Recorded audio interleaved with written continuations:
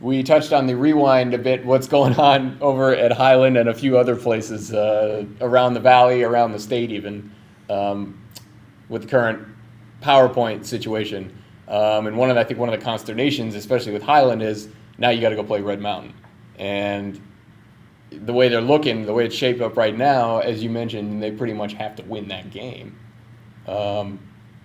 There's a chance you get in if you lose, but a few other things probably have to go in your favor, and even that may or may not even be enough. Highland a little bit banged up. Red Mountain also a little bit banged up, although the Lions have not been tested very much since they lost to Mountain View a couple of weeks ago.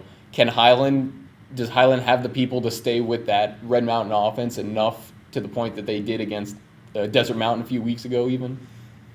I don't know. It seems like that Desert Mountain win was great for them, but they got so beat up in that game. The last 2 weeks, they just haven't looked like the Highland team that was there early. And the way Red Mountain can throw the ball, I don't know if Highland's going to be able to stay with them. It seems like, Highland barely beat Mesa last week, and they lost to Mountain View the week before, and maybe they can kind of bring it together knowing that, their season is on the line, and if they lose this game, they might not make the playoffs.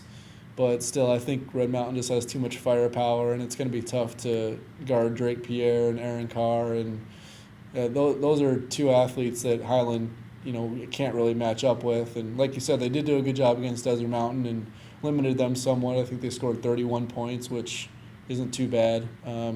So if they can do that, they'll be in it, but it'll be tough, I think. Yeah, and Highlands, obviously had a lot of injuries, not just defensively, but the way they go with a lot of two-way guys on offense as well, as it's translated to using 3- and 4th-string running backs, and it's worked out to this point. Will it work against a pretty good Red Mountain defense? We'll find out. Red Mountain was concerned after the Mountain View game that things had come too easy for them early in the season when they rolled, and when Mason Thorman, at quarterback, was basically the first half MVP of the East Valley for sure.